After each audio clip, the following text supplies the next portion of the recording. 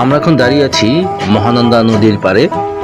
তো যে নদীটা দেখতে পাচ্ছেন এই নদীটা কিন্তু ভারত বাংলাদেশের বর্ডার।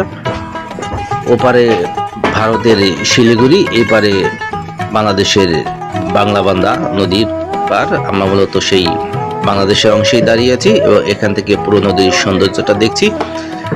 যে নদীটা দেখতে পাচ্ছেন এই নদী থেকে মূলত পাথর এবং বালু উত্তোলন করা হয়। শ্রমিকরা এখানে সকাল থেকে পাথর এবং বালু উত্তোলনের কাজে ব্যস্ত থাকেন এবং পর্যটক যারা আছেন তারা কিন্তু সকালবেলা এই নদীর পাড়ে এসে ভিড় জমায় এখান থেকে মূলত হিমালয় পর্বত দেখার জন্য। কারণ শীতের শুরুতে এখান থেকে মূলত কাঞ্চনজঙ্ঘাটা ভালো মতো দেখা যায়। তো আমরা মূলত এসেছিলাম সেই কাঞ্চনজঙ্ঘা দেখার জন্য এবং এখানে দাঁড়িয়ে কিন্তু খুব ভালো মতো কাঞ্চনজঙ্ঘা দেখেছি। আমরা মূলত খুব সকালে এখানে এসেছিলাম, যার কারণে পাথর উত্তোলন করাটা আপনাদের মাঝে দেখাতে পারলাম না।